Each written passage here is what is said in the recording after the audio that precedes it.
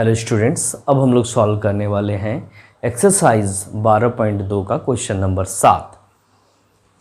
त्रिज्या 12 सेंटीमीटर वाले एक वृत्त की कोई जीवा केंद्र पर 120 डिग्री का कोण बनाती है। ठीक है, 120 डिग्री का कोण बनाती है। इस प्रकार से 120 डिग्री का कोण केंद्र पर बनता है। त्रिज्या 12 सेंटीमीटर है, यहाँ पे 12 सेंटीमीटर ले लेना है। आगे केंद्र पर 120 डिग्री का कोण अंतरित करती है। संगत वृत्तखंड का क्षेत्रफल ज्ञात कीजिए। तो वृत्तखंड, संगत वृत्तखंड ये हो गया। ये जो हम छायांकित भाग कर दिए, छाया कर दिए, इसका क्षेत्रफल हमें निकालना है। तो ये तो हम लोग पहले से जानते हैं। इस त्रिज्यखंड का क्षेत्रफल निकाल के त्रिभुज का क्षेत्रफल माइनस कर देना है। बहुत ईजी है। तो चलिए इसे हम लोग सॉल्व करते हैं। ज़्यादातर क्वेश्चन में, इस एक्सरसाइज में ज़्यादातर क्वेश्चन में हम लोगों को देखने को मिलता है कि कैलकुलेशन बहुत ज़्यादा है। जोड़ घटा गुना भागा करना होता है, लेकिन उससे डरने की बात नहीं है। कुछ टाइम ज़्यादा लगता है, हड़बड़ाने की ज़रूरत नहीं है। आराम से उसको सॉल्व करें तो हो जाता है। तो चलिए सॉल्व करते हैं इसे भी। क्या लिखा है? वृत्तखंड का, संगत वृत्तखंड का क्षेत्रफल। तो संगत वृत्तखंड का क्षेत्रफल, संगत वृत्तखंड का क्षेत्रफल क्या होगा?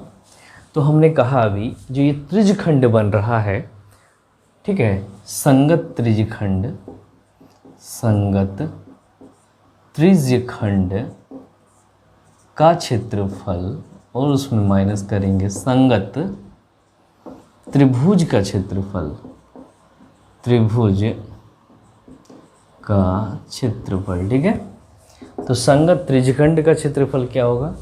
Formula pi r square theta by 360 minus संगत त्रिभुज 1/2 आर स्क्वायर साइन थीटा।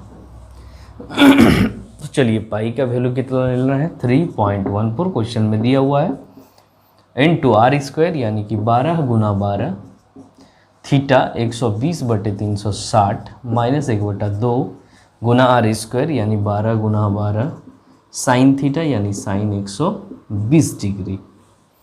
ठीक है, तो अब इसे हम लोग को सॉल्व करना है। चलिए सॉल्व करते हैं। सॉल्व जब करेंगे तो ये इससे कटेगा 3 बार में, ये इससे कट जाएगा 4 बार में, यानी कि 3.14 गुना 4 गुना 12। ठीक है, इतना ही होगा। आगे 1/2, ये 12 से कटेगा तो 6 गुना 12 हो गया। 6 गुना 12 यानी कि 72 गुना साइन 120 डिग्री। तो साइन 120 डिग्री का वैल्यू क्या होता है? तो साइन 120 डिग्री का वैल्यू हो जाएगा, देखिए साइन 120 डिग्री, तो 90 से ज़्यादा यहाँ पे 120 आएगा, यानी कि साइन 30 डिग्री का जो वैल्यू है, तो साइन 30 डिग्री,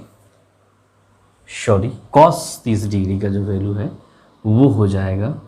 तो कॉस 30 डिग्री का वैल्यू है √3/2, यानी √3/2। ठीक है, यहाँ पे रख देंगे। अब इसको गुना कर लेना है। 12 चौक 48 गुना 3.14, 12 चौक 48 से गुना करना है। ठीक है, तो देखिए कैलकुलेशन फार्मूला तो इजीली हम लोग रख लिए, लेकिन कैलकुलेशन पार्ट ही इसमें ज़्यादा है, उसी को ध्यान से करना है।